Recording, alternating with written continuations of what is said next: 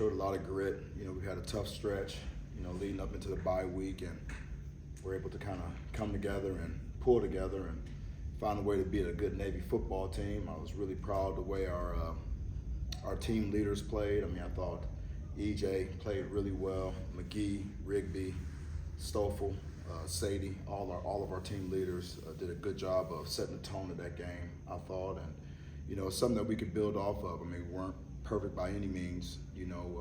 Got to find a way to eliminate the turnovers. I think we did a pretty good job of eliminating negative plays by way of no penalties, no sacks, things like that. But the turnovers are something that we absolutely have to address, and you get that part of it fixed. But again, just really proud of the way our team showed some grit, pulled together, and again, found a way to get a victory.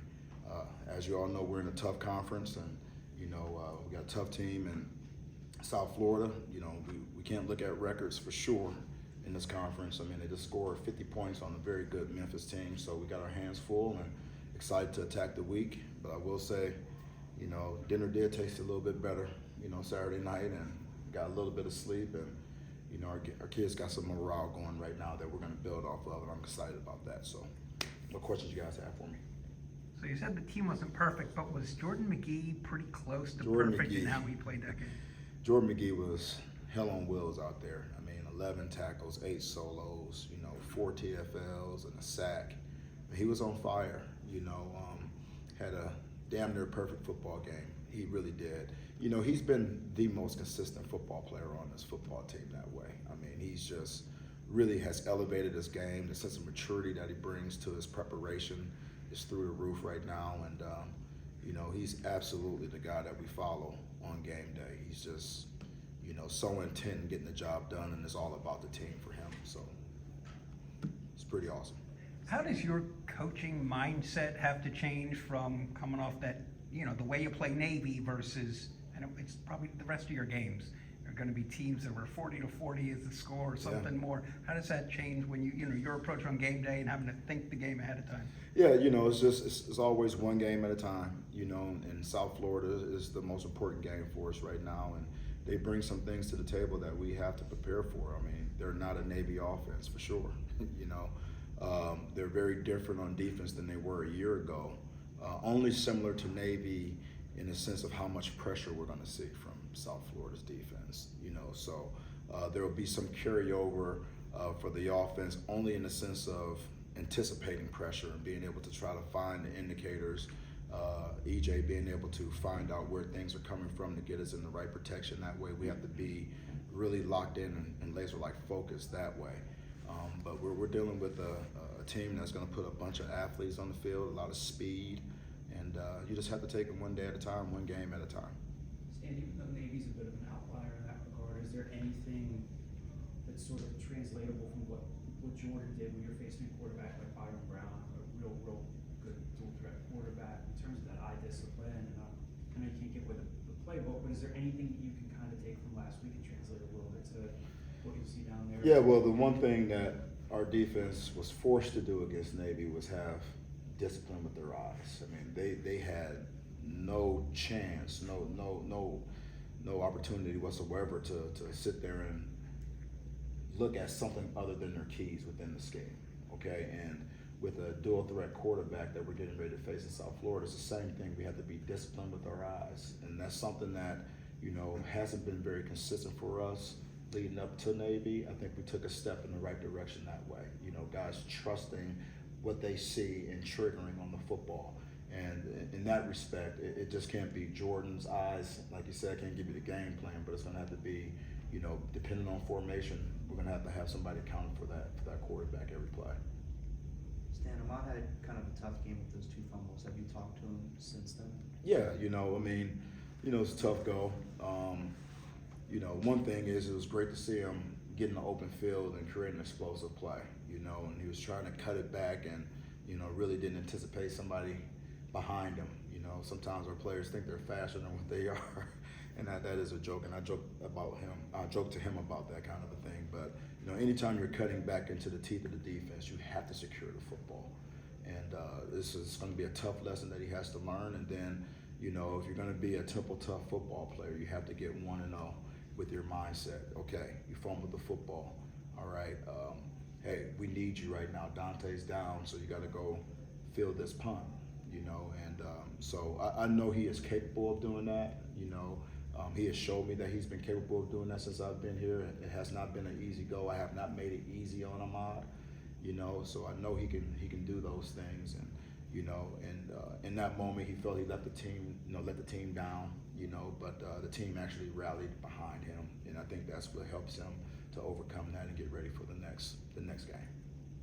With Joe Quez, what's kind of not allowing him to kind of pop on the field the last couple weeks after he kind of had a good start to the first two games you plugged him in on? Joe Quez is some of the things that show up in young running backs, the impatience behind the line of scrimmage, some of the misreads,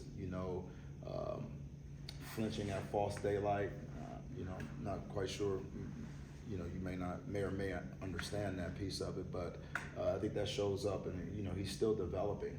And when you're playing against a defense that's moving the front quite a bit because they're bringing pressure and things are moving, you can sit there and hesitate and think that the hold is there, but you have to be patient and take one more step, press it to the heels of the line of scrimmage to make the right read.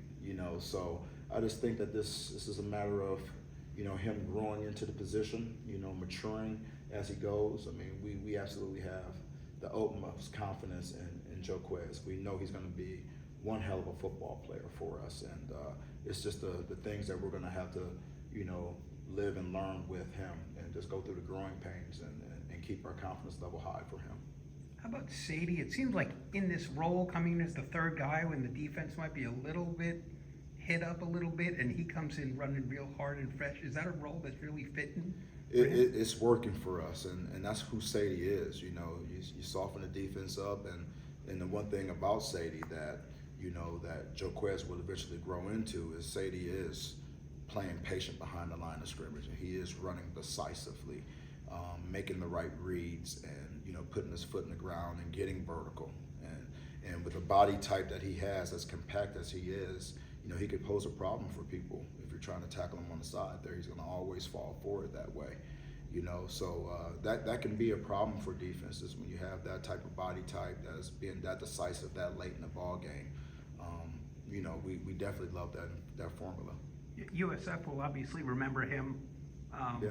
Is there a temptation to it might be a chance to, let's try to maybe feature Yeah, Sadie? we're evaluating what South Florida presents us. Again, that was a totally different defense a year ago than what we're going to face this year, and we would like to establish the run, for sure, and we're very confident in all those backs. I mean, Darvon is having a good season in spots, and so is Sadie, and I think it's a good complement of those three backs right now that come into the football game and complement each other in a lot of different ways. So we're counting on them.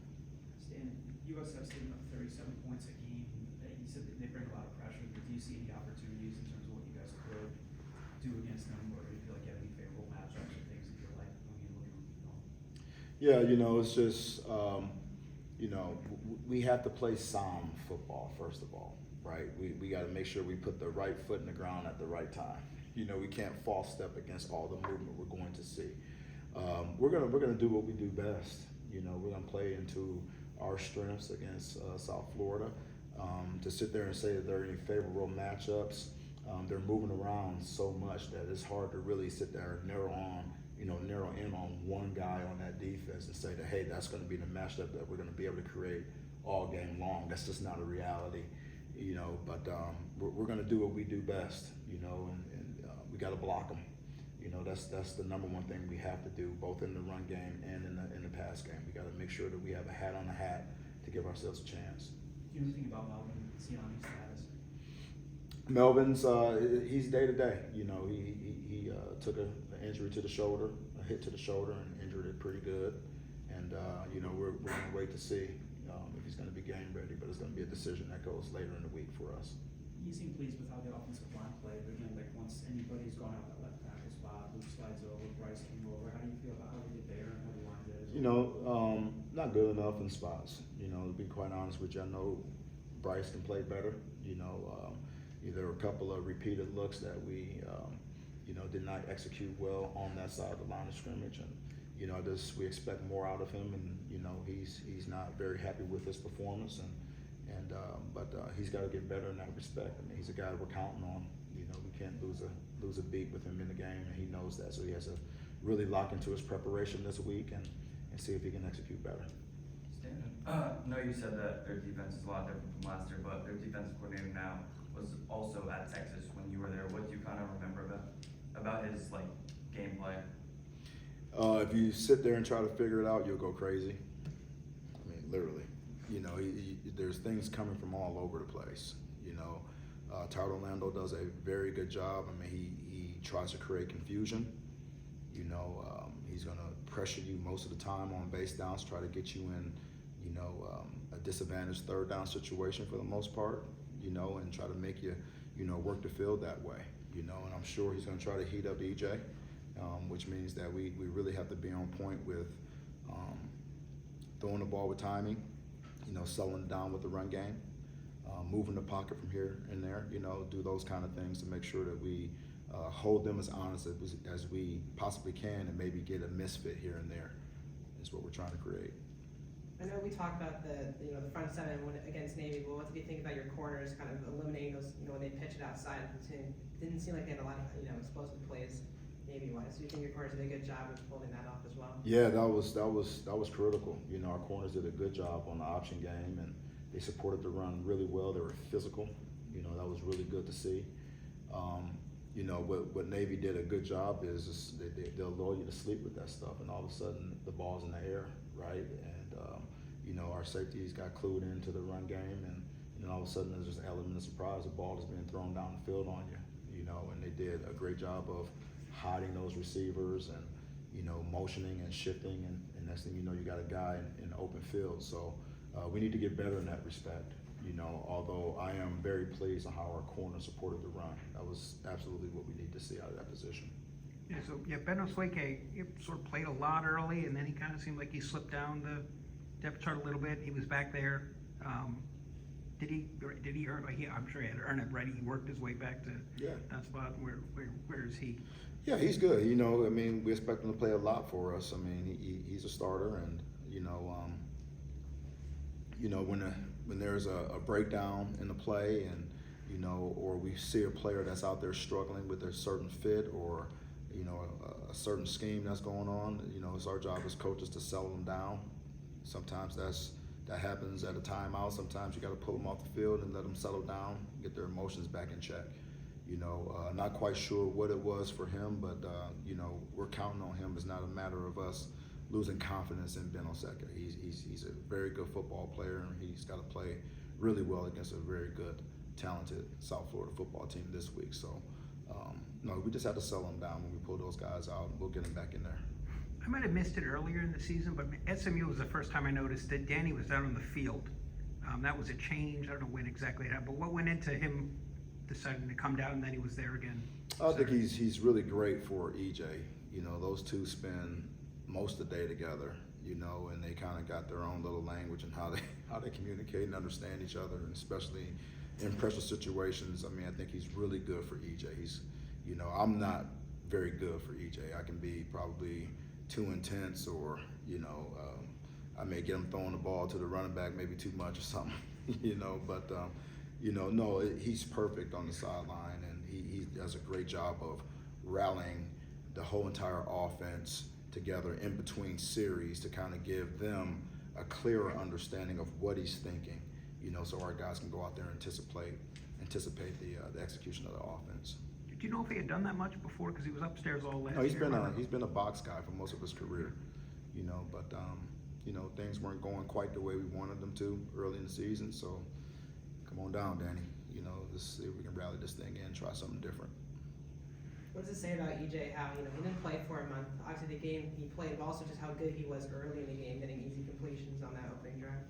Yeah, you know, he's just that's our EJ. You know, he's a very good study. You know, he kind of knew where there were going to be some holes, and you know, we had a really good week of practice, and we got things timed up in the throw game. You know, I thought our tight ends played very well, and you know, that was something that was executed well in practice. You know, so you know, the one thing about most teams, I'm sure, but you know, I know about this team is when we practice well and EJ's on time in practice, you can almost anticipate that happening in the game. And so he gave us a good sense of that in our week of preparation leading up into that game, and you know, so we were happy to see it come to real life. So you're dead last in the country in turnover margin. One thing you have forced as many fumbles as the opposing team. You both forced 11 fumbles, but they've picked up 7. You've only picked up 2. Is there a drill there? Something that our guys aren't alert to that? That's not happening. Just there is a drill. You know, there's a drill for all of that. We've worked on that, and you know, I just think that sometimes our eyes, you know, are so engulfed in just, you know, if they're blocking a guy, they're just engaged in that block or trying to get off that block and trying to find the football. And I just think there's many opportunities that we should have had out there that we didn't take advantage of. And you know, you get in the backfield a little bit more like we did against Navy. I think those opportunities present themselves a lot more. You know, but hopefully we'll get better at that piece. How about all the Florida kids? A chance for, I don't know, Friday distraction you got to avoid a little bit or anything like that? With, I'm sure, lots of family going to be there. Yeah, we better not have any distractions. We can't afford any distractions, and to be quite honest with you, that is a main topic for us. Is we're eliminating distractions and try to get ourselves in a rhythm of winning football games down the home stretch here. You know, and it starts with South Florida, and I'm sure our kids from Florida are going to have a next level of excitement that they're, you know, to go back home and to play in their home state, and rightfully so. And it's great for their families to be there, and you know, and see their players. I see their kids play and support them that way. But you know, our job is to try to win a football game. You know, and that needs to be the only focus for us. How about the impact of a noon start down there? You know, we're excited about it. You know, just put the ball down and let's play, right? You know, that's one thing I can say. We've had some awkward times. We've played on, you know, off days. We played in short weeks, and you know, I can honestly say that, you know, you turn the film on. Although, you know, we would love the end result to be better early. I think our kids were up and ready to play. You know, it's not like we, look at the time and, you know, we worry about our kids being ready to play or not ready to play given the start of the game. You know, we're a morning practice football team, so I know they'll be up and ready to go. And, you know, again, we're just excited to have this opportunity to play a good South Florida football team and see if we can come away with a win. I know you talked about how important this past game was, but how important is it for you guys to finally get a road win? These final 2 road games. Huge. You know, it's the next game on the schedule. You know, and we're trying to gain momentum here late in the end of the season, and it just so happens to be on the road, and you know, we need to have the mindset, no matter where the game is played, that you know, we believe that we can win a football game. You know, so it's huge. It's huge. I think it would do a lot for our confidence level to get down there and to win away. I know our seniors are very excited about that opportunity. You know, we haven't done that around here since I've been here, you know, so I'm excited about that opportunity.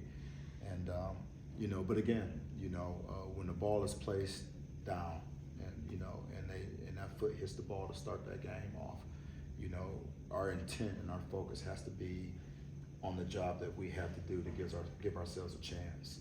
You know, it can't be eyes looking at the stadium or, you know, us looking at palm trees or anything like that, right? Or even feeling the temperature. That cannot be a distraction for us. We've got to be laser-like focused on doing our job and playing together and see if we can find a way to win us a football game. That's got to be the focus for us. Okay. Okay.